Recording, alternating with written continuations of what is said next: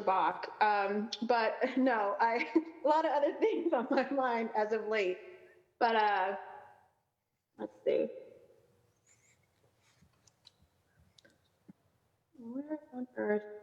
We did get a letter from Secretary Galvin's office noting that they will not be in attendance, for those who are curious and waiting.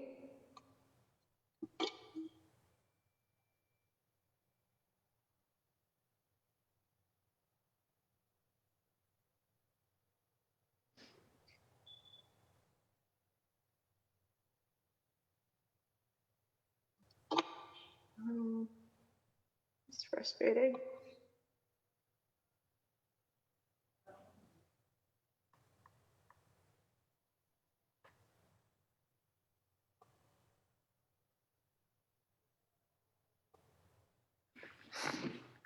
All right, well, I will make do and just quickly open a working session. There we go.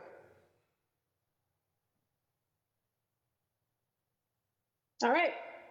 Good afternoon, everyone. I'm City Councilor Lydia Edwards, Chair of the Committee on Government Operation. It is Wednesday, October 14th, and we're here today on a virtual working session on Docket 0643, order for a hearing to explore preparation for the upcoming 2020 elections in September and November. Councilor Mattingly is the sponsor of this docket, and it was referred to the committee on April 15th, 2020. The committee held a hearing on this matter on May 15th and a working session on August 6th.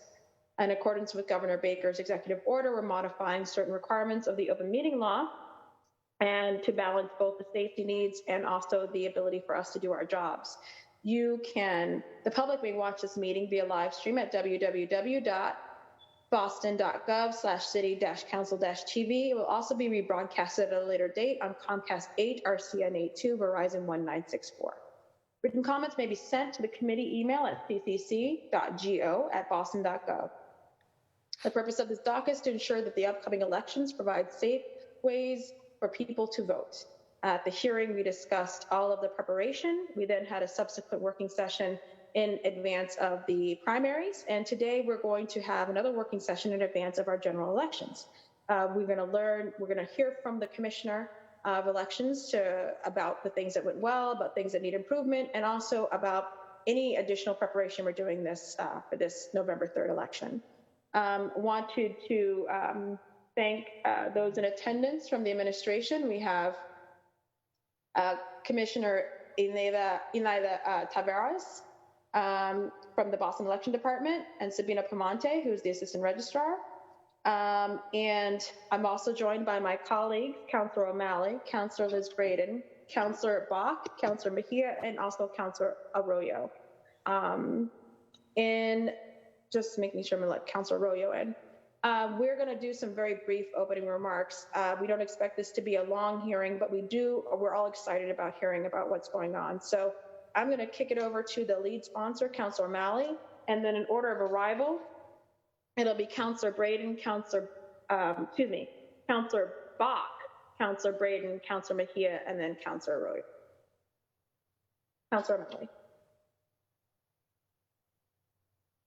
Thank you very much, Madam Chair. I'm sorry, I was trying to adjust my Venetian blinds, so we may have an underwater look today, but the sun is shining and all is good. Commissioner Tavares, Registrar Piemonte, bravo on an exceptional job in the state primary on September 1st. As I said, you've got to mix every metaphor available. You guys were drinking from a fire hose, and you and your team deserve enormous credit. As you know, and perhaps those watching know, the purpose of this hearing really came from watching images out of the Wisconsin presidential primary at the end of April of this year, where you had what was typically 150 or so voting locations were diminished to fewer than 10 because they were unable to be staffed. You had people standing in line really at the nadir of the pandemic for hours on end. And even now we're seeing some exceptionally long lines for early votes in other states. So the purpose of this was to make sure that we were doing, could do, and would plan for every scenario imaginable as it relates to allowing people to vote safely, freely. Voting by mail was another sort of impetus driving force, and I've been really gratified to see the state following the lead of many in Boston in their calls for having more vote by mail opportunities, as well as in increased early voting, as well as obviously every safety protocol imaginable. So Commissioner, again, you and your team really did some great work. The purpose of this working session is just to see what changes will be coming down the pike for the November election. Obviously, I think we'll probably anticipate more than double turnout from what the state primary was, which was in and of itself an exceptionally healthy turnout, one of the highest primary turnouts certainly in my lifetime and many others. Is also, I know my colleagues and I will have some questions on other safety protocols as it relates to simply making it easier and more efficient for more people to vote. But I didn't want to begin this working session without acknowledging, Commissioner, the great work of you and your team. It was an exceptionally difficult undertaking, and you did it with aplomb and grace, and you and your team should really be commended. So thank you for that. Thank you, Madam Chair.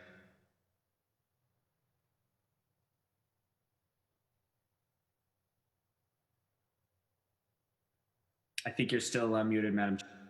Councillor Bach. Thank you, Madam Chair.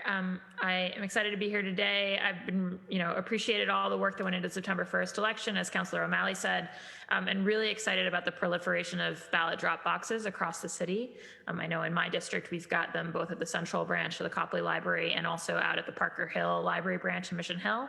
And obviously, you can always drop off your ballot at City Hall and at loads of other locations that are posted online. So we're looking forward to those becoming available on Saturday until the election, and also to all the early voting, and especially excited about the opportunity to early vote in Fenway Park in my district on the 17th and 18th this weekend. So just really appreciate all this work, and I think just the more we can do, I think it's great we're providing a plethora of options for ways for people to vote.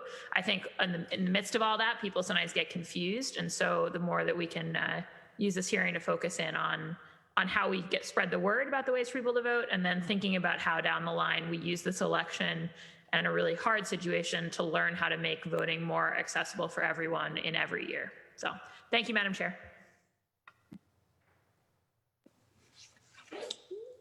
Thank you, Madam Chair. Am I next, Madam Chair? I'll jump right in. I'd go for it, Liz. I think you were next. Oh, go for it. Yeah, okay. Thank you, Madam Chair. I want to thank the folks at the Elections Department and Commissioner Tavares for all the great work. We are already seeing the fruits of your labours in the early preparation for the election. I just got this in the mail the other day about early voting locations and Dropbox locations, and a lot of the issues that we raised after the September 1st election, like the lack of not enough drop boxes, many of those issues that we brought up have already been addressed, and we're very, very happy with how things are going so far. And I look forward to getting an update. Thank you so much for your work. Thank you. Councillor Mejia? Yes, good afternoon. Commissioner Tavares and Sabino and your whole crew, really looking forward to diving into this conversation, and to the sponsor for hosting us, and all formalities, but I think that just to get into the dive into what we're here to discuss, I'm just gonna focus a lot of my comments around how we're helping to support those who are incarcerated, and making sure that we have a plan for them to participate in this election as well, one that is safe. And so, while I know I could already see the eyebrows going up, that's probably not part of the conversation, but I'm just gonna throw it in there anyways, just because I feel like it's a voice that is not included in this mix, and this is what I do. So I do have some questions specifically when we get to my opportunity to ask those questions, how we can help support this population. Thank you. Just for a point of clarification to the Commissioner, do folks currently who are incarcerated, do they have the right to vote in Massachusetts? They are incarcerated for a non-felony conviction. Yes, they do have the right to vote. If they're what? Say again? If they're incarcerated for a non-felony conviction, then they can vote, yes. Wonderful, thank you. Councilor Arroyo. Thank you, and I just want to thank you for the work that you've done at the election department, where obviously there's a bunch of new things that they're not new ideas, but they're new to Massachusetts that we're trying. And I think we've done very well with the mail-in ballots in terms of how we pulled that off with the amount of time that we had to pull that off. And so thank you to the team that did that. Obviously, we're looking at numbers that I'm hoping are amongst the highest we've ever seen in an election this coming month. And so as we prepare for that, I'm just very interested in how we can help solidify and make this better and more accessible for folks to vote either from with a mail-in ballot or early vote in our neighborhoods. But that's kind of the angle I'm taking. But thank you for all the work that you've done on this, because it is not easy. Your staff has not grown, even as the ways to vote and the amount of voters coming in have. So thank you for the work you've done. Councillor Asabi George has also joined us.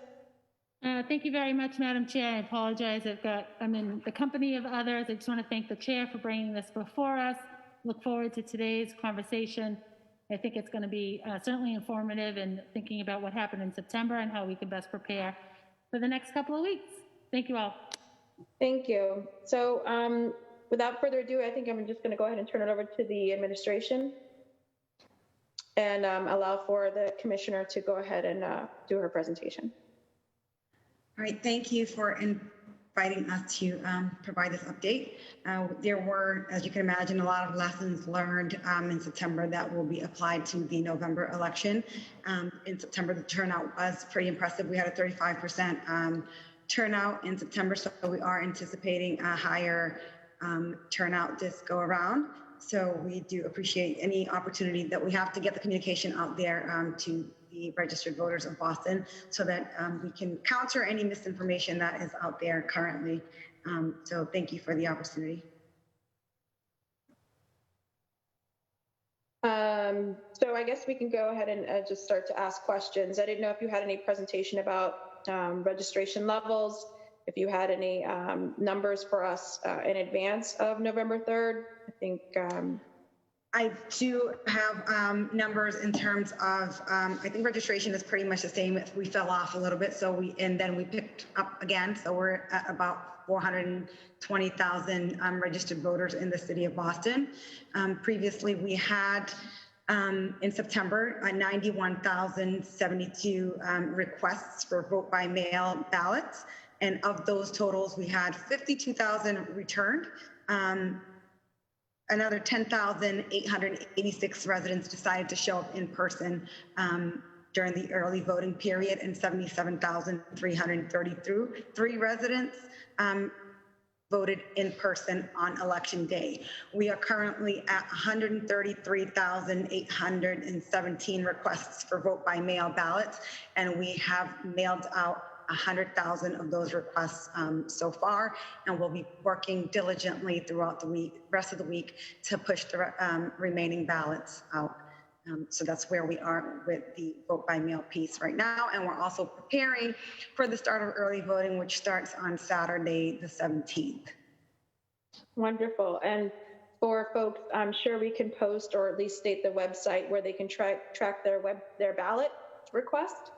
And also, if they wanted to find their polling place, we can, or I'm asking you to state if you have the websites off the top of your head, so folks could know. It's trackmyballotma.com is where they want to log on to track their ballot. They can also request a vote by mail ballot via the Secretary of State's website now. So I believe it's myballotma.com, or they can simply log on to the Secretary of State's website. And that is something that it was just implemented right before we started preparing for the November election. And if anyone's concerned about their request not getting to us, if they mailed the initial request and they see that we have not received it because there's no movement on the tracker, they can submit it electronically now. It will first prompt them to verify their voter registration. If someone's not already registered, that is a good opportunity for them to get registered and send in their request for a vote by mail ballot. Okay. Well, to my colleagues, I'm going to go ahead and just turn it over then in order of arrival, starting with the lead sponsor. For any questions, suggestions, follow up from the last working session. Thank you very much, Commissioner. Councilor O'Malley. Thank you, Madam Chair. And just for those watching, I would also encourage people to avail themselves to visit wheredoivote.ma.com if they're looking for their voting location. That's a good source as well. So, Commish, I have questions on the future, but just to sort of get things passed. So we had about 35% turnout in the primary, which was about, 130,000 or so voters, give or take? Yes. Great job. Again, that's the highest for a primary that I've seen. I think it's probably safe to say that we could maybe not double that, but certainly get to the mid twos, 250, 275,000. I'm thinking as someone who's followed this for a while, which would be above a 60%, perhaps a 65% turnout in November, which would be astounding. And again, it shows the easier we make it for people, the more participatory government we will have, or truly participatory government. So of those 135, there are about 50,000 that were vote by, is that both vote by mail and absentee? Yes, that were actually returned to us. So that was 59,200. We Okay. had 91,000 requests. So about 2/3, that's pretty good, or very close to 2/3 were returned. And the thought is that people may have requested a ballot and then decided that they actually wanted to vote early or vote on election day, I assume. That's correct. We did find on election day that was a little bit of a challenge in the morning. A lot of our election day voters were people who requested a ballot. So yes, and I imagine it's going to be the same thing for November. There are a lot of people who are anxious. We're trying to get the rest of the ballots out in the mail as early as possible. But I imagine come Saturday and Sunday, a lot of folks are going to take advantage of the early voting period. So just so this is as much for my own edification as it is as a nerd who follows this stuff. If you request an absentee ballot, so everyone has been mailed now twice in some cases, an application for an absentee ballot. Every registered voter, every active registered voter has been mailed an application, right? That's correct. And if they send it back, then you will furnish them with a ballot. But if they decide not to fill out that ballot and send it in or drop it off, they will still have the ability to either vote early or vote on election day. So in that case, if an individual who has requested an absentee ballot but decides that he or she wants to vote in person, is there a little asterisk next to his or her name when they're signing in that a ballot has been requested but not returned? That is correct. So anyone who's returned a ballot will be pre-marked on the voting list. Just like with the, going back to typical absentee ballot, if you vote early, you get the little X and you can't vote twice. I mean, it's sort of a simple but fair system in place, so we don't have multiple voters. So were you able to cross-reference the number of people who requested an absentee ballot and weren't, of the 91,000 people who requested absentee ballots, not the 60,000 or nearly 60,000 who returned those ballots, but of those 31,000, do you know the percentage of those that actually voted then in person? We haven't quite crunched those numbers yet. We haven't got there, but there is definitely a way to verify how many of those people have decided to vote in person. Completely understand, Commish. You've got so much on your plate, but that is a question I will ask after the fact, because the point being, I think it is the best argument for us as a body to work to increase your budget so that you can hire more staff. And it proves the point, which I'm almost certain it will prove, which is why I'm asking this way, that the easier we make it for people to vote. So sending them ballots or applications for ballots, we are going to see a dramatic increase. So we can see of those, I would also look at the subset of those 91,000 applicants to see who wasn't a particularly strong voter before, who didn't vote regularly, because I think you will absolutely see that this is not only the right thing to do to preserve democracy, but also will help get more people in. But it's one of the most impactful things we can do. So 60,000 voted by mail. How many voted early in the primary? 10,886. Okay, so we'll say 11,000. Well, I'll say 10,000 for easy math. So that would be then 70,000. So about 65,000 ended up voting on election day. Is that right? At the poll.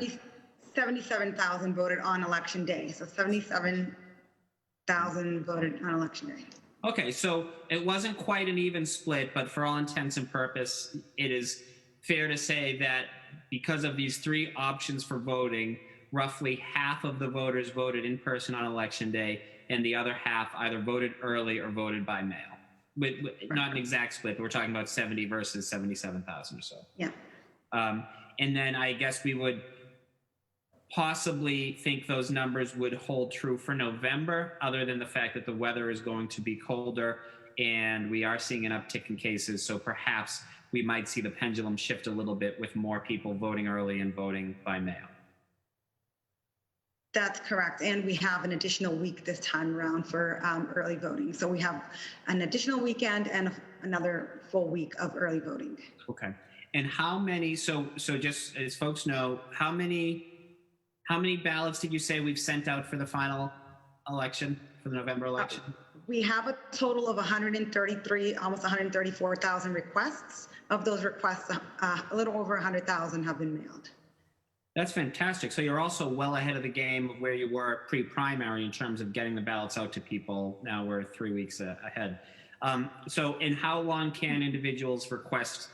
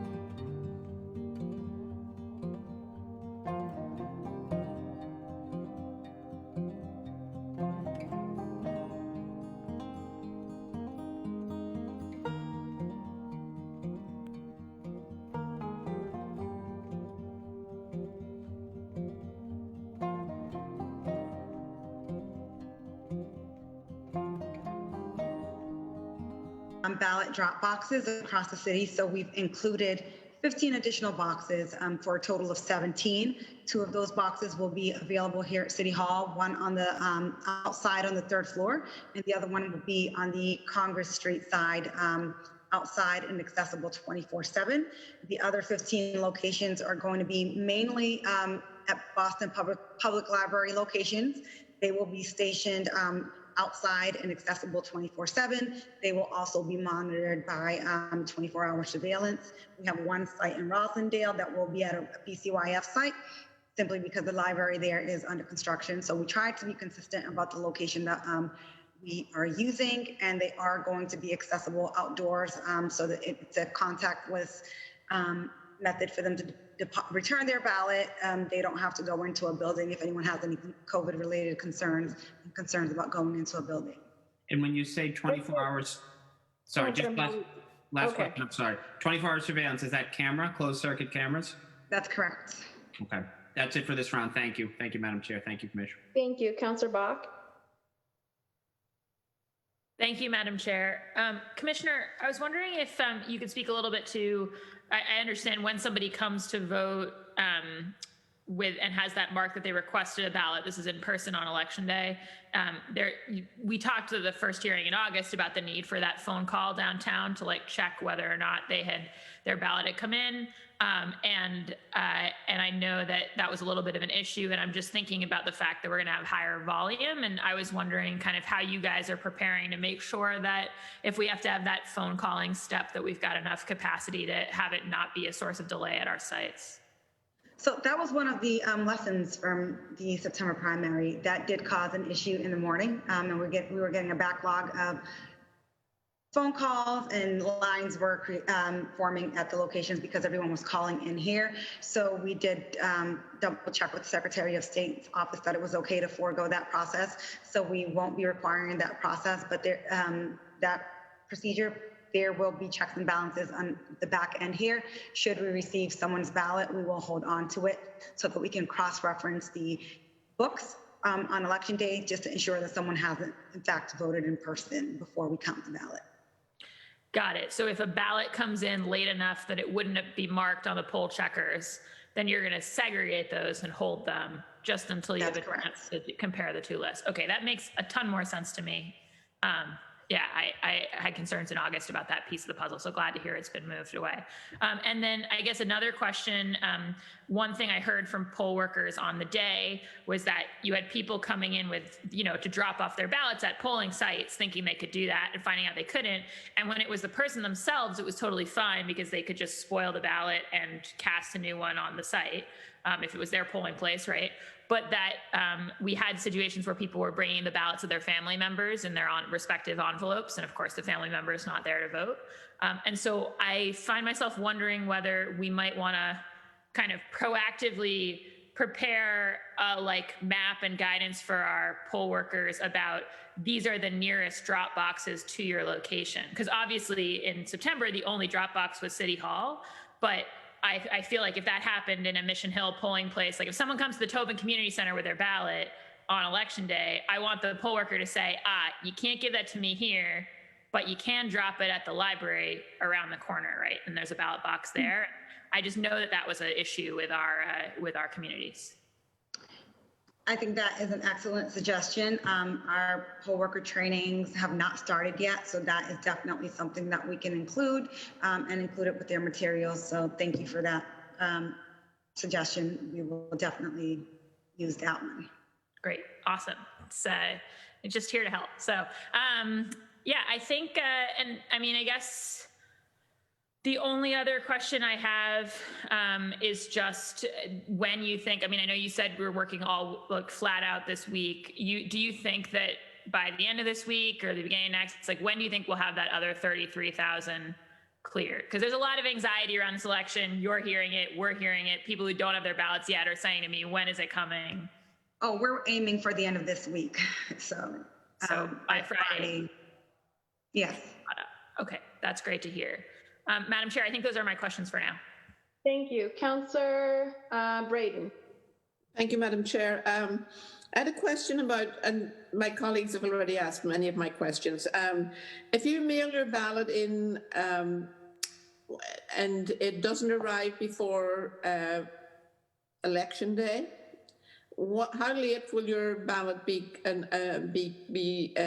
considered and counted if you mail it in, it arrives on or after election day?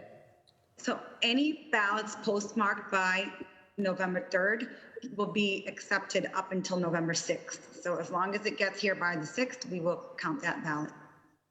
Okay. I think that's all I have. My colleagues have asked my other questions, so thank you. Thank you. Councillor Mejia.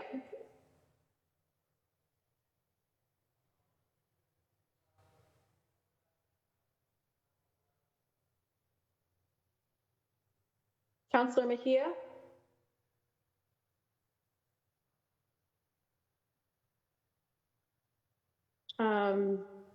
I don't know if we have a connection issue. I do know one of the questions she did lead with was about those who are currently incarcerated and efforts the office is making to make sure that their voices are heard as well. Well, because it is a legislative issue, there's not really much that we can do in terms of that. We pre-COVID, there were a lot of advocacy groups that worked close with the prisons, and they would go into the prison and actually request absentee ballot or help them fill out absentee ballot requests. We can't just proactively send ballots without an initial request. I know that is it Pastor? Can't remember his name off the top of my head. I know that he's been doing a lot of work with Sheriff Thompson to make sure that they can get to into some of these prisons and help these individuals request absentee ballots. But aside from that, we need to have the request from every individual before we can distribute any ballots. Okay, so essentially for those who are currently incarcerated, there needs to be a direct request to you. And there are nonprofits that are working to get those requests out and done. But I know that, for example, I had Secretary of State sent a request, if you will, to my house. Is there a drop-off at all for houses of incarceration? A drop off and We all received kind of pre-applications in the mail. I did. I think Liz Braden did. And so there are many of us who were not incarcerated who received pre-application. Okay. So the applications for vote by mail. I imagine it includes every single registered voter. So if someone's registered from the prison, they may have, but that's a question directly for them, since the mailer came from them, as to whether or not they included anyone registered at a prison in their mailing. Otherwise, it would have gone to their home address. If they're registered from their home address, yes. So you can register from the prison using the address for the prison, or you can register using your home address and just have the ballot mailed to the prison. So it would depend on where that voter was actually registered. Okay. Councilor Mejia, I know this is your questioning, and I don't know if we lost you. I'll check. Cindy, if you got bumped. I know she's been accidentally bumped somehow before. So I hope I did your questioning justice. So Councilor Arroyo and then Councilor Sabi George. So many of my questions have already been asked. So I really am just asking in terms of, I'm getting a lot of calls from constituents about if I get my ballot, like what's the drop-off date that I should stop requesting my ballot or trying to find it if I don't have it in my mailbox by this day? I should make steps to early vote or vote in person. What is the date for that? I know that we're counting ballots up until 3 days later, but is there a cutoff date for when, if you don't have a mail-in ballot in your mailbox, you should just cancel that and go vote early or vote on election day? Is there a day we're telling people to do that? I would say don't wait. As long as you have additional options, you should utilize one of those options. So I would say don't wait until the last minute. Obviously, November 3rd, election day, is everyone's very last resort for voting, but I wouldn't wait until election day. If there's concerns with your mail-in ballot, take advantage of the early voting period. And if you're adamant about not going into the location, you can wait, and just know that election day is your last opportunity to cast a ballot. Okay, so that, I guess, is there no cutoff date for when, if you don't have a ballot, to go? Because the issue I have is one specific constituent, for instance, that wouldn't do much for is somebody who is not gonna be in the city around that time. Normally they would request an absentee ballot, but they're asked for a mail-in ballot. So the question is, if they get the mail-in ballot by a certain date, what date would they have to then cancel plans and come in and vote in person? We are messaging that everyone should give themselves 7 days. Perfect. Thank you. Especially with the mailing system, you want to make sure that it's 7 days before. Put it in the mail 7 days. Even though we're accepting ballots postmarked by November 3rd, I would just encourage everyone not to wait that late. Okay, that's perfect. Thank you. Thank you, Councilor Arroyo. We have Councilor Sabi George. Then I do know Mass Vote. Alex from Mass Vote is here, and I will turn it over to him. It looks like we've just been joined by Councilor Flaherty. And I think, and I'm not sure, there's a Mr. Tom Reddy also might be in the public who may have also some questions or some comments. So that'll complete our whole round then.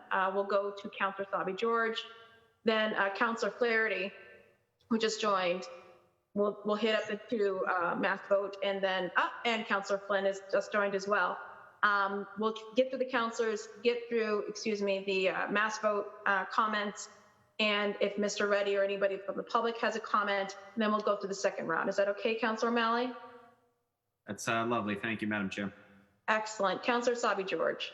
Thank you again, Madam Chair, and thank you to Councilor O'Malley for hosting this really important discussion around voting during this time, voting during a pandemic, thinking about the presidential election and some of the ballot initiatives that are before us this year.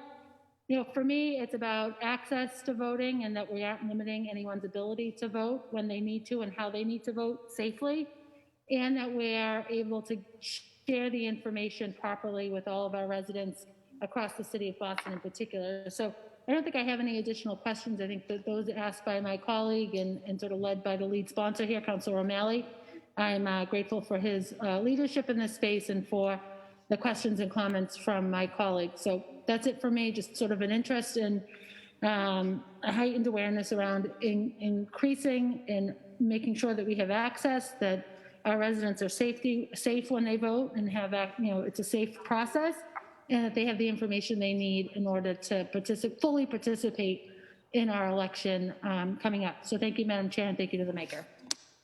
Thank you. Councilor Flaherty. Thank you, Madam Chair, and thank you to the lead sponsor. Just want to take the opportunity to give a shout out and a thank you, obviously, to the commissioner and her team, particularly Sabino Piemonte. I know during the primary, I was out and about and identified and received calls from constituents with respect to some conditions that really around the polling locations, particularly those that were sort of thrust into making the change at the last minute. And as a result of which his prompt and appropriate attention, those matters were addressed, and folks are excited and looking forward to voting in person at the polls in November. So thanks to Sabino and his team, and I know he coordinated some other departments as well to make the necessary improvements around some of the polling locations, making them safer, et cetera. That's number one. And two, I do have a couple constituents that their concern is that they had requested a mail-in ballot, and the last response they had received was the website says it's been saying pending, in quotes, pending for weeks. And they're a little nervous. I know we still get a few weeks left to go, but obviously this vote is important to them. So what can I tell folks that several weeks ago have requested a mail-in ballot as to when they will receive that ballot? And in one particular instance, I believe they had directed that ballot to their parents' home. I believe it was up in New Hampshire because of their work schedule. They did not want to lose the ballot, so they want to make sure that that ballot arrives safely. They had concerns about what they were reading and reports that they were seeing in more than national news with respect to some of the mailed out ballots not getting there, et cetera, and turning up in parks and muddy rivers, et cetera. So I guess the question is what's the protocol right now? If we continue to get phone calls from constituents that have asked for a ballot, a mail-in ballot, and they still haven't received it, when do they really need to start hitting the panic button prior to the election? If they haven't received their ballot by next week, then I would say hit the panic button. Again, all ballots are not out yet, which is why they see pending in the tracker. There's multiple steps to it, so and it's a lot of manual work. So in addition to just stuffing envelopes and instructions and then the ballot, we still have to, after we mail out these ballots, we still have to scan them before voters can actually see it in the tracker, which is why they see pending. We are going to be pushing for the rest of the ballots to be mailed by Friday. So I would say by next week, midweek, if they haven't seen any move in the tracker, then they can give us a call. Very good. Thank you, Commissioner, and let us know what we as councilors can do to sort of help you in your department in the weeks ahead. Thank you, Madam Chair, and thank you to the lead sponsor, Councilor O'Malley. Thank you. Councilor Flynn. Thank you. Thank you, Councilor Edwards, and thank you, Councilor O'Malley, for your work on this important issue. I want to say thank you to the Commissioner and Sabino as well, and the election department team for dedication, hard work, and professionalism, especially during this difficult time. Apologize for being late. I was on another call on a cleanup issue in my district. But what's important to me is making sure that the voting location is safe, accessible to everybody, especially persons with disabilities, our immigrant neighbors.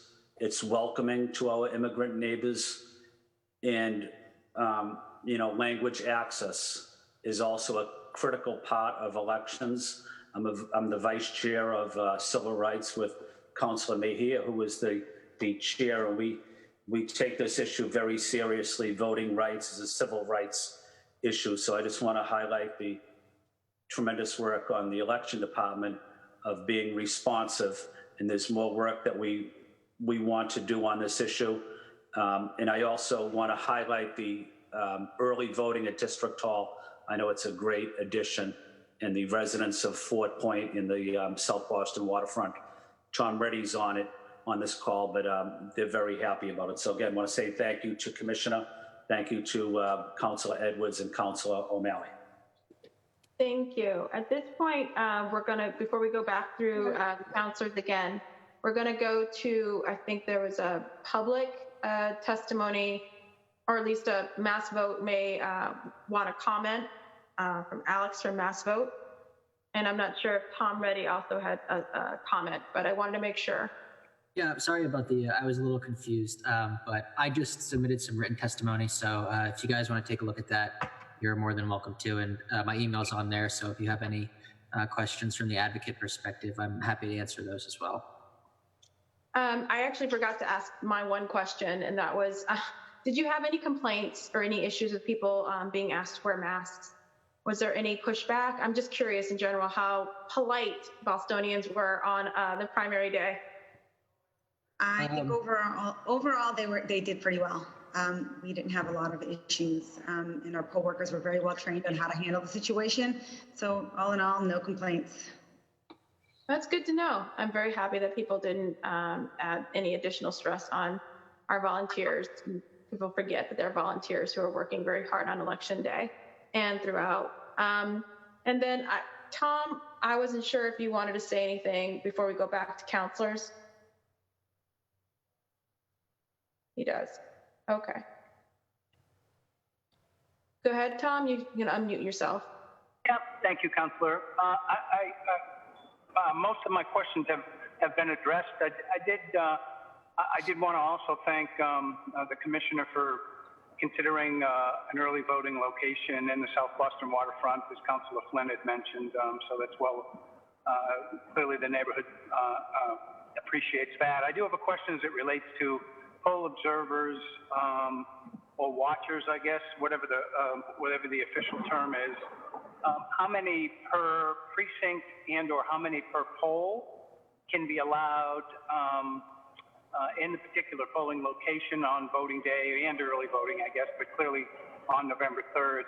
I'm just trying to understand if that's going to be a stressful event with numerous poll observers or watchers in there watching the process. It's something that typically isn't seen across the city, and it could potentially add some an interesting dynamic that's typically not there. That was my primary question. Thank you.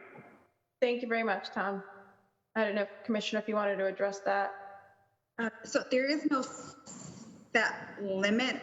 The way we're training our election officers until we get any further guidance on this is just to perhaps rotate the observers. There are capacity limits in some of our spaces, so it depends on the size of the voting location. So they may have to have some observers just take turns and rotate observation during the day. Thank you.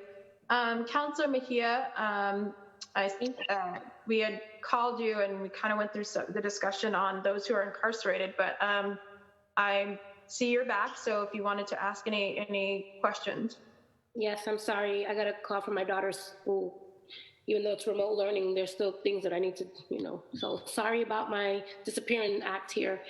But, and I do have a few questions, and I'm sure that I heard through the grapevine that Edwards has always had my back and asked some of these questions, but just in case, I just wanted to ask whether or not, some of the things that I've been hearing from folks is that we need to allow folks who are incarcerated to be able to utilize Boston as a place of their residency, because many of our folks who are behind the walls usually don't have a place of residency that they can put on the ballot. So just want to advocate that this is something that the state allows and that the city should support in allowing people to utilize their address of incarceration on their ballot.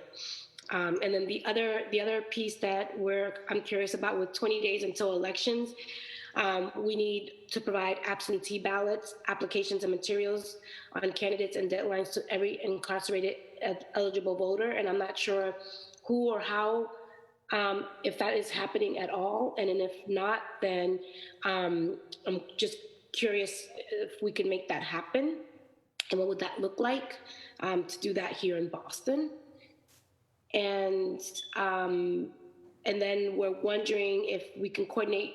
The sheriff's department is going to see what this will look like, but to be able to make a concerted and coordinated effort that once those ballots are ready for pickup, that could be a pickup location, that someone from your department can go to the House of Corrections and pick up the ballot boxes.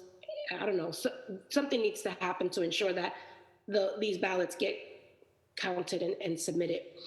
And I believe that is all I'm going to give you right now. Thank you. Commissioner? We have provided absentee ballot applications to, and Pastor Franklin Hobbs has been working with Sheriff Thompson to get into the prisons to get these individuals registered for our vote by mail ballot. And we do currently allow them to register using the address from the prison, but in terms of drop boxes or even ballot boxes, I know that's something that Pastor Hobbs has been working to advocate for, which may be a little bit of a challenge because we cannot have voting machines outside of the precinct. So I'm not sure how that would look. That is going to have to be a legislative change. So yeah, so I was on the so Pastor Hobbs is who I've been working with, and the sheriff on this. So this is why I'm bringing it up into this space. And you know how we have drop boxes in like the libraries and where people can drop off their ballots, right? Or is there a way for us to do something similar just for the prisons? Again, these are all legal issues because ballots are supposed, unless it's an absentee ballot, which is actually what they'll have to be. That's what I'm saying, these absentee ballots, can we make it easier for the transition from one place to the next so that those who are incarcerated can have their votes counted? These are all legislative issues because with absentee ballots, it says that either the voter, it has to be mailed back or returned by a household member or a family member. So there's a lot of things surrounding that are legal things before we know whether or not we can actually place a drop box for incarcerated individuals. Commissioner, if I may, and Councilor Mejia, if I may, the question as I understand it is there possible to have a drop box in front of, let's say, the Suffolk County House of Corrections, as you've put in front of libraries? Is it possible to put one also in front of any House of Corrections in Boston, by virtue of the fact, not only for those who are in the House of Corrections, but their family members coming to visit them who may want to also, drop off their vote as well. Did I maybe characterize the question correctly or no? Yeah, I think that's why everybody needs a Lydia on their team, because Councilor Edwards always knows how to get my point across in a way that people can understand it. Yes, that is exactly what I'm trying to articulate. Thank you for the translation, Councilor Edwards. That's what I'm looking for. Commissioner, thank you.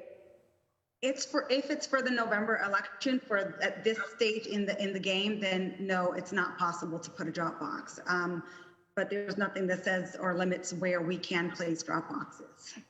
So it seems like we just as a city decided not to put the drop boxes there, but we could have had them there in front of the House of Corrections.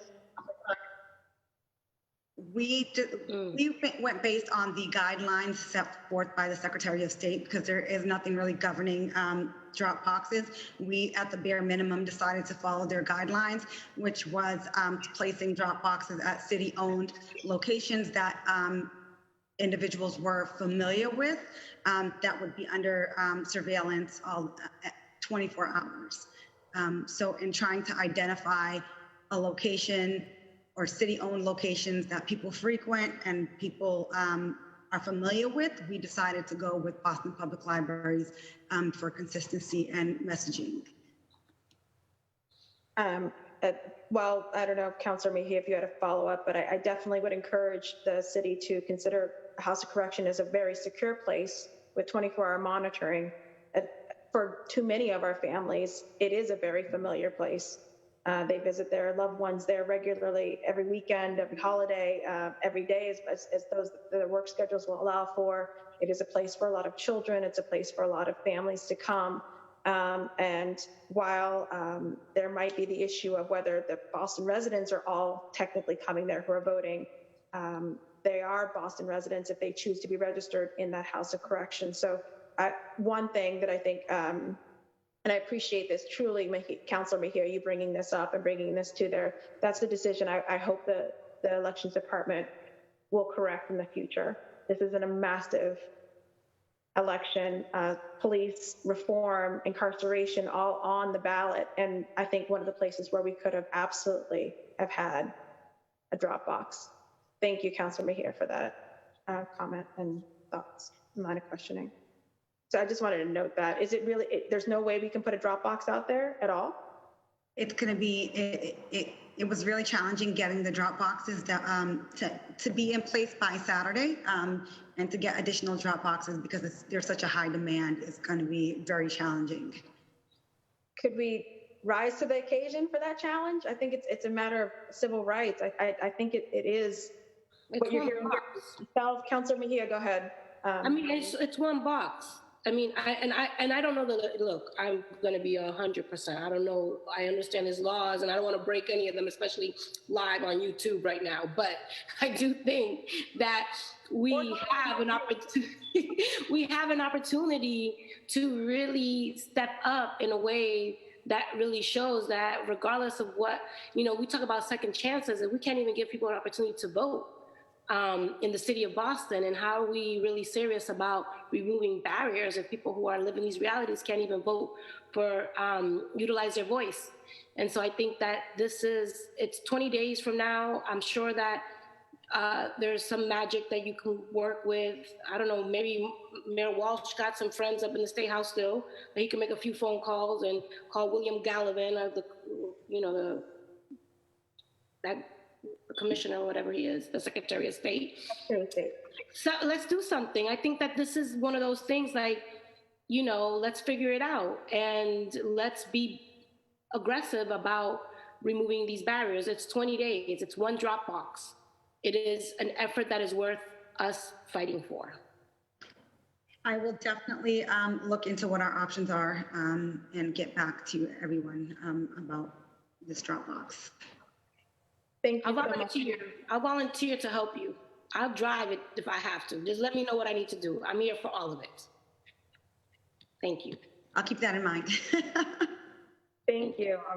Just to echo, and I'm sure my colleagues will as well, we're excited to lead the state in this. We might be the first, if not maybe one of the few drop boxes outside of an incarceration, an institute of incarceration. So I hope Boston does lead, and I hope we can demonstrate that we can provide one more resource. Going back now through second round of questions for my colleagues and comments, Councilor O'Malley. Thank you, Madam Chair. I'll get into my comments more on sort of some of the safety precautions, but just to sort of follow up that conversation, having worked in the Sheriff's Department for Sheriff Andrea Cabral for a number of years about the South Bay House of Correction and Nashua Street Jail, which are two correctional facilities in Boston. I certainly agree for calls to make it easier for inmates and detainees to have an opportunity to vote. I think maybe the issue that perhaps the commissioner may be given some pause is it's not as though one drop box in the lobby of South Bay, for example, would be accessible by individuals who are in the different units. It's not as though they would be able to access it personally. So while I certainly think it's a noble goal, looking at a more concentrated effort on getting applications and sort of the vote by mail through the traditional means to folks who are living in South Bay currently, I think is another tool that we should not lose sight of. Is a great way to get more participation from individuals who currently are at South Bay. So that's just my 2 cents on that. Back to the preparedness. How were our staffing levels for the September 1st primary, Commissioner Tavares? How many individuals did we hire for the, sort of these one day or however they're classified temporary employees to help facilitate the elections?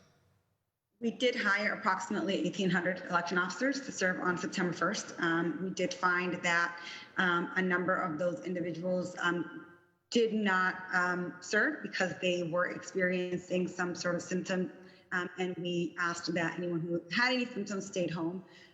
For the November election, we are currently at 2,062 poll workers, which is pretty impressive, and I don't think I've ever seen staffing numbers that high, which is great. We are going to continue to staff just in anticipation for anyone who may fall off before Election Day, just in case someone gets sick, so that we are very well staffed and we have people to pull from in case we need to reassign someone to a different precinct. And that's fabulous news. What was the sort of retention rate going into? Does that 1,800 figure for the primary include the individuals who were working the early vote locations and Election Day, or just Election Day? That was just Election Day. Okay. What about early vote? I assume we're hiring a lot. You're just not all doing that in-house. You couldn't. We do have almost 300 individuals assigned to early voting, but a lot of that is just repeat people. They'll be working the same 2 days, or they'll be working here at City Hall every day. I gotcha. And so are we currently looking for more individuals to hire, or do you feel confident with our staffing levels? That was an issue at our last working session before the primary. We do feel confident with our staffing levels, and we do have a lot of applicants to kind of select from.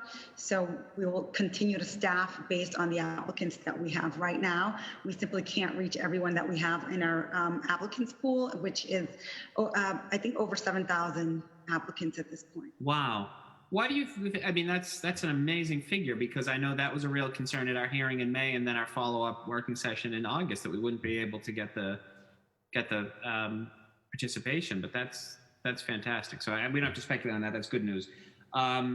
If I think Councillor Flynn and Flaherty perhaps touched upon this, the changes to locations, are there any additional changes to locations between the 12 or 13 that were cited back, or that took place before the September primary? Any additional changes in voting locations? There are no additional changes, and anyone who was affected by the change in September will be reminded of that change ahead of the November election. Okay, great. In terms of early vote locations, if I love baseball and love old ballparks, and particularly 106 or 107-year-old ballparks, and I want to early vote, what should I do? You should definitely take advantage of early voting at Fenway Park on Saturday the 17th and Sunday the 18th. Voting will be available from 11 a.m. to 7 p.m. So yes, it is a great opportunity. The Red Sox opened up their doors to the voters of Boston, and we decided to take advantage of the opportunity. So we hope that everyone will take advantage of it as well. Good. And then finally, can you talk a little bit sort of about some more of the safety precautions? I'm talking about, my wife and I went to early vote and we were handed a brand new pen, and they're sanitized, and there were, just talk about, run us through briefly for this round, and this will be my last question, on just the safety precautions when an individual shows up to either early vote or vote on Election Day, how it's going to be different for him or her. Well, first and foremost, everyone's going to be encouraged to wear a face covering. We will have posted signs in multiple languages reminding voters that they should be wearing a face covering. Our election officers are going to continue to receive PPE kits that include face shields, face masks, hand sanitizer, disinfectant spray, gloves. Our voting booths are going to be limited to 2 marking shelves as opposed to 4. They're going to be spaced out 6 feet apart and placed as close to the entrance as possible in order to limit the path of travel for the voter. We're going to remind voters to social distance. So we will have an election officer making sure they do line management and reminding voters constantly that they should social distance.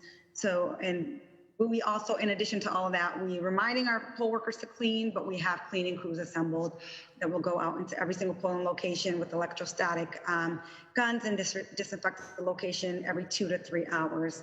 That's something that did work very well for the September election, and we will continue it for the general election as well.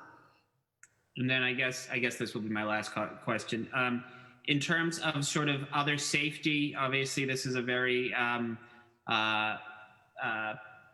high-charged election. I would argue that the Republican candidate for re-election to the presidency is encouraging bad and dangerous behavior from many of his supporters. Is there any concern about safety? Granted, Boston isn't considered a battleground city and Massachusetts isn't considered a battleground state, so perhaps this wouldn't be as big of a concern in some other places, but are there some sort of public safety concerns given the volatility of this race right now? And have you had conversations with public safety professionals, just sort of anticipatory? I had asked Mayor Walsh this question on a call he had with some electeds on elections as well, so you were on that call. So I'm curious, any thoughts you can share? We have been working with BPD to ensure that they typically are available and on hand, but just making sure that our police officers who are stationed here, they keep them on for the rest of the night, just in case any civil unrest should arise. We are working with emergency management as well. We will be activating their command center for election day, just in anticipation for anything that may arise throughout the day. Okay, we'll stay tuned on that. That's it for this round. Thank you, Madam Chair.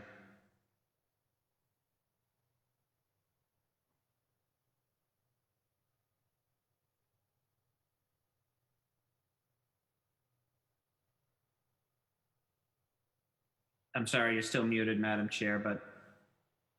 I'm sorry. Councillor Bach.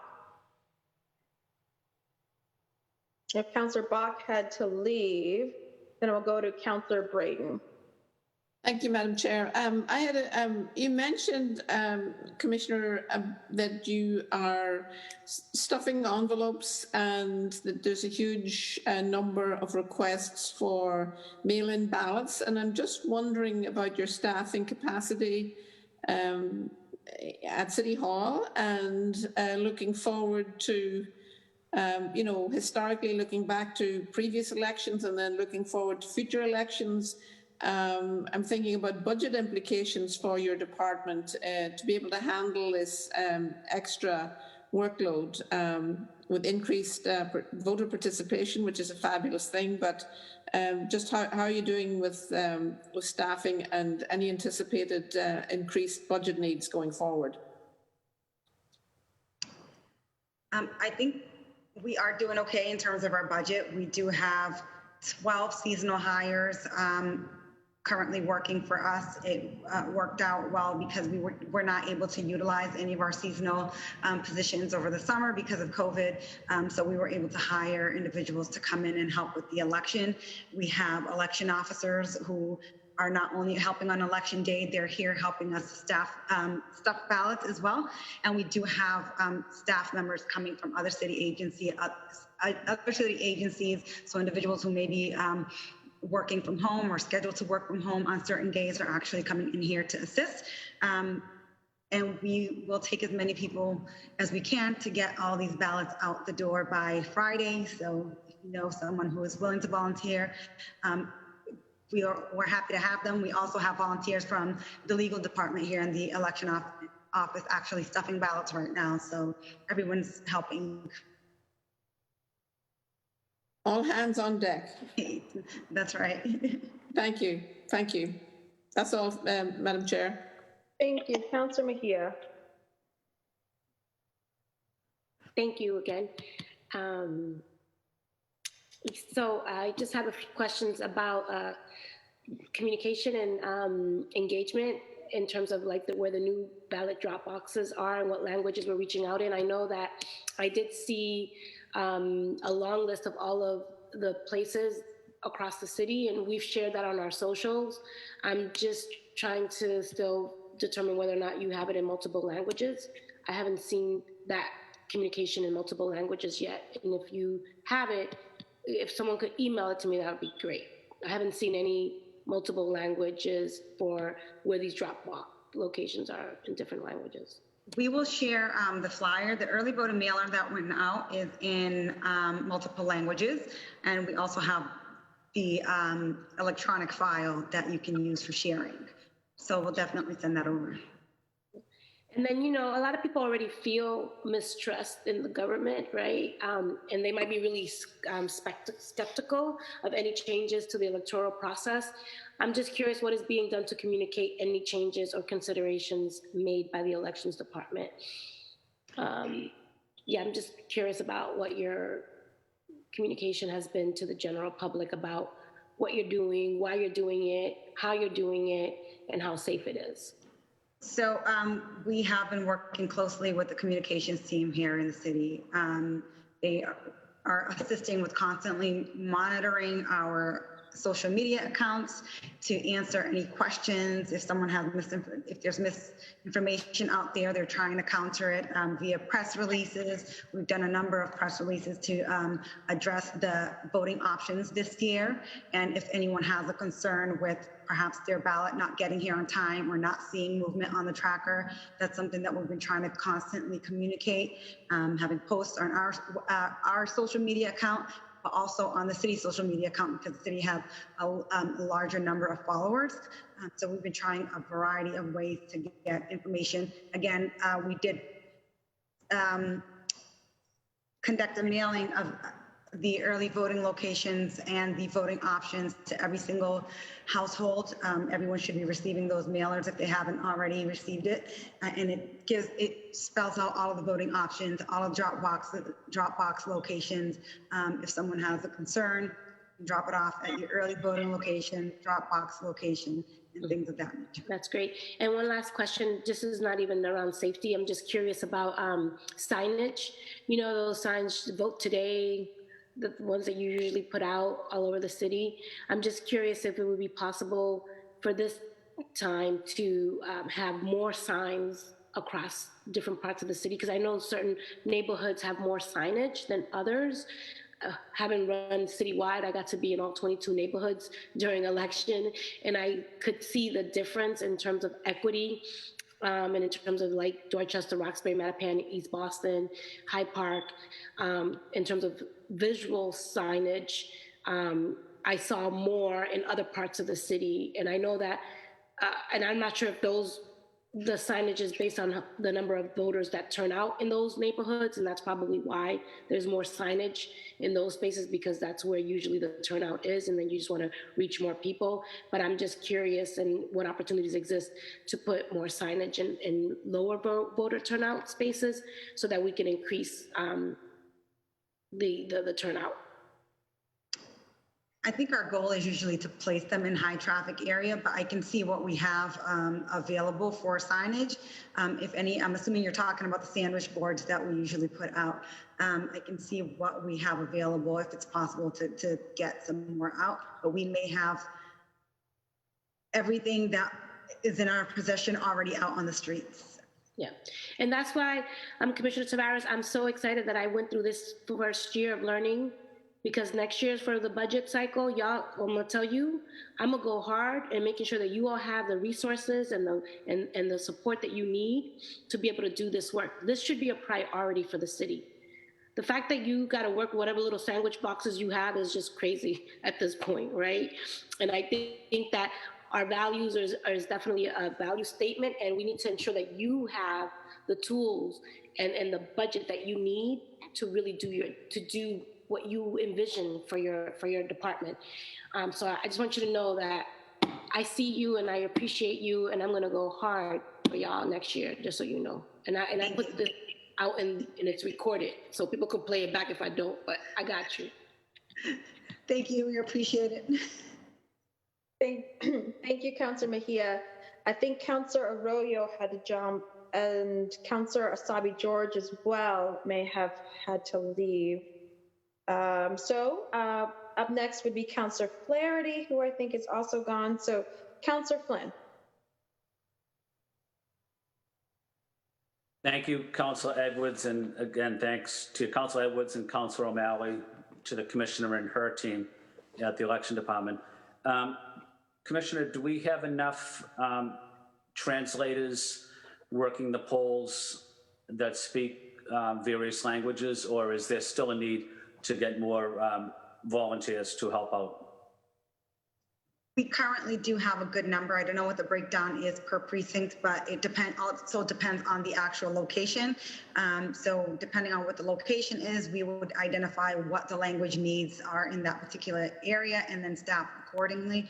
And I know right now we're doing pretty well, and that's something that we will continue to review to make sure that we're well staffed come election day. And in addition to that, we are going to keep our election day phone bank staffed with interpreters here in the office. So we'll have a variety of languages assigned here in the election department where people can call for translation services. That's good to know. Thank you, Commissioner. And my final question, I know obviously all the voting locations will be ADA compliant, but are there any other concerns that persons with disabilities might have in terms of navigating the voting booth, whether it's the sidewalk out front or it's the crosswalk nearby? Are there any challenges that you have, you or your team have heard about? We have not heard of any challenges. However, we do train all of our election officers. We created an accessibility training video that just covers how to assist individuals with a disability. And we are constantly reminding them and encouraging them, especially for the locations that have separate accessible entrances, to staff someone at that location to make sure that voters can access that door at all times, and just making sure they know what the proper etiquette is for speaking with someone with a disability, and what type of assistance is available and how they can be of assistance to these voters. If we do notice a infrastructure challenge for persons with disabilities, would we notify, prior to that, would we notify Public Works and Transportation, maybe to see what last minute infrastructure improvements, even temporary, that they would make? Yes, but we do have constant meetings, and actually I have one coming up very soon with all of our stakeholders. So it includes Public Works, transportation to make sure that any construction or any issues with sidewalks or anything of that nature is addressed before Election Day. Excellent. My friend is the Commissioner of Persons with Disabilities, Commissioner McCosh, so should be a great asset as part of the working group. She would have excellent recommendations as well, so maybe you might want to check in with her and her team. So I'm sure you have already. Yeah, she's actually part of our election advisory committee. Thank you, Commissioner. Thank you, Councilor O'Malley. Thank you, Councilor Edwards. Thank you, Councilor Flynn. We've been joined by our youngest or newest constituent on the council, Margot. How are you? Is she sleeping? I'm ostensibly supposed to burp her, but I think this is just going to be a little rest, so don't mind us. Okay. So I just had two just follow up, and then we're going to go through for final remark. Commissioner, I understand we went from 2 drop boxes to 17 for the general, so that's a huge jump. And I'm just hoping, again, I wanted to echo what Councilor Mejia said. What's the average cost of a drop box, and how do we get to the point where we get 50 of these around the city every election? There are, they were about $3,000 each. And 50 drop boxes across the city the challenge is going to be securing all of those drop boxes at 8 p.m. on election day. Not only do I have to identify a secure way for someone to retrieve all of those ballots on a daily basis so that we're accountable for every single drop box, but someone has to man that drop box on election day by 8 p.m., lock it so that it cannot accept any other ballots, and then transport those ballots back here to City Hall. I recognize the challenge. I definitely think, again, as Councilor Mejia said, I echo the resources that you will need to be. I would love for you to, when the budget time comes around, for you to explain what those resources are.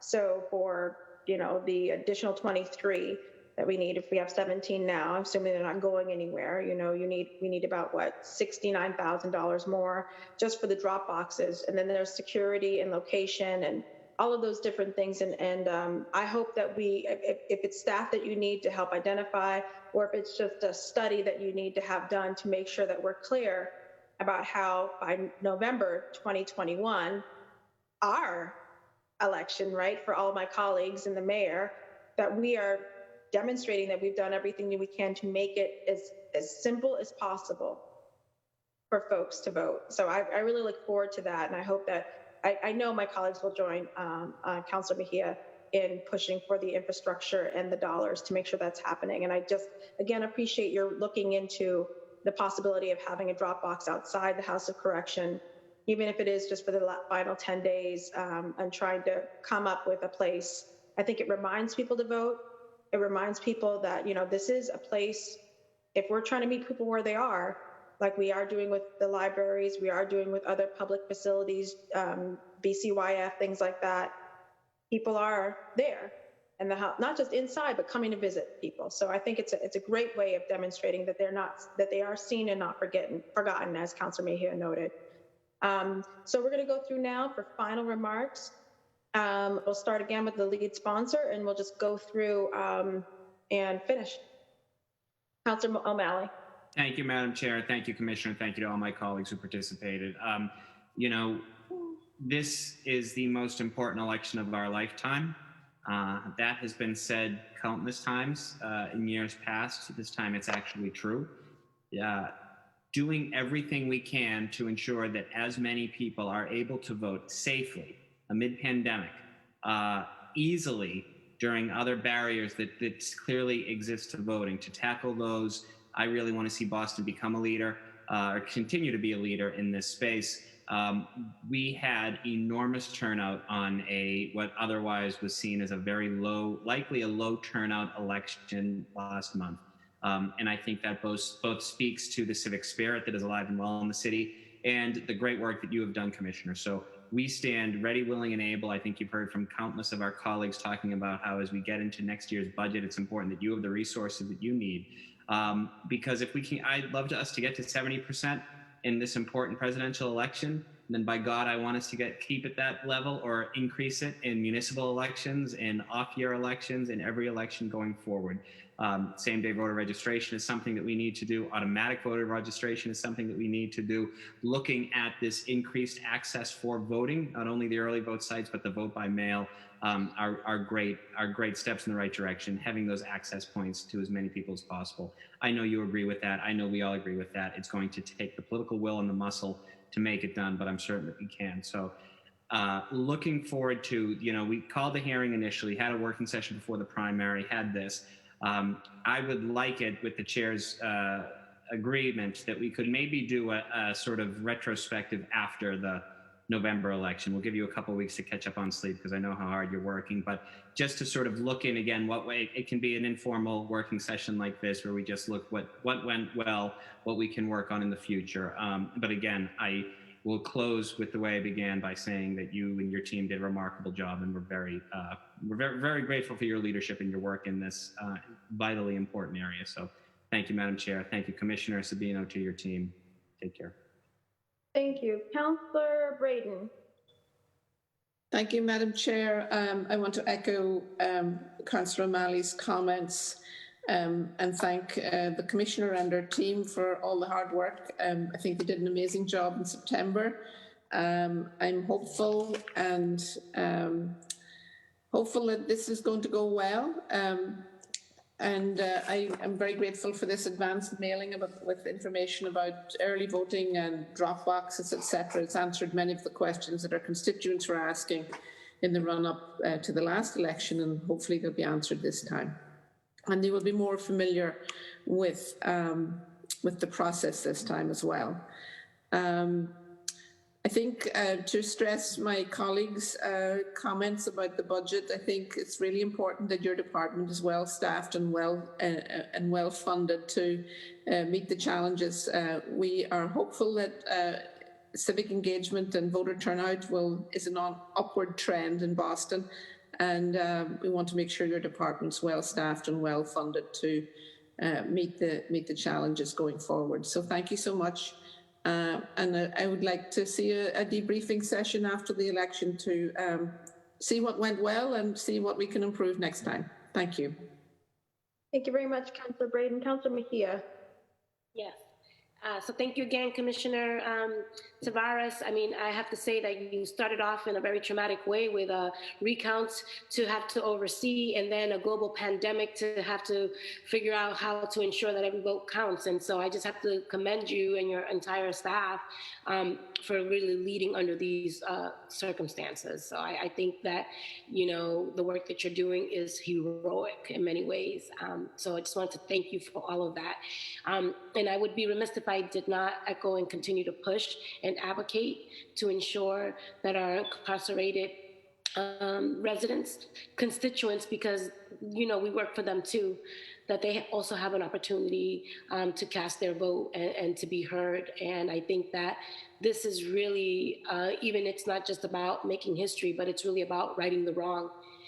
For far too many years, we've created barriers that prevented people from participating in their own lives. And if this is the moment that we can take off that Band-Aid, and it might hurt because it might take on a little bit extra work, I think that work will be worth the effort. And so whatever you need from us to help support you in that process, please, you know, let it be known. We have 20 days to figure out what we can do now. And if we can't do it now, then we have to figure out what we can do to ensure that we don't come across this issue again and feel like we're hopeless. But I'm still fighting for this election, and I still think that we have time to make something happen in 20 days. And I'm hoping, I don't know who from the mayor's team is here listening. Neil, usually I don't see his little face up in here, but anyone else from the mayor's office to know that I will be asking and encouraging you to step up this election to support our incarcerated constituents and making sure that they can vote this year. That's going to be what I'm advocating for. Thank you. Councillor, well, it looks like it's me. Or Councillor Flynn, I'm sorry, Councillor Flynn. Thank you, Councillor Edwards. Thank you, Councillor O'Malley. Excellent hearing. Thank you to the Commissioner, your dedicated team at Election Department for your professionalism and dedication, hard work. Voting is a civil right that can never be compromised. It's critical we work together to ensure equal access to polling locations. Thank you. So with that, I want to say thank you so much, Commissioner, for being here. And I know Sabina was also on deck and prepared and was listening the entire time. Your office has risen to the occasion in some of the weirdest and craziest circumstances. So I hope what you hear from us is encouragement and excitement, and if anything, a willingness to want to give you the resources to only further your work and your leadership. I look forward to hearing if there's what we can do in the meantime when it comes to a potential Dropbox at the House of Corrections. And I look forward to the debrief after all of this. I think if at anything, we've demonstrated when you make it easy, people will vote. And so we don't really have, all we can do is learn and grow from here. I look forward to the day where 100% of us are voting, because it's just so natural and part of all of our cultures to do so. So until that happens, we'll be on the grind, and I know the Commissioner will be, and so will the City of Boston and all the councilors. Thank you so much for your time. Have a good day. Working session's ended. Thank you. Thank you. Thank you. Thank you. Thanks, everyone.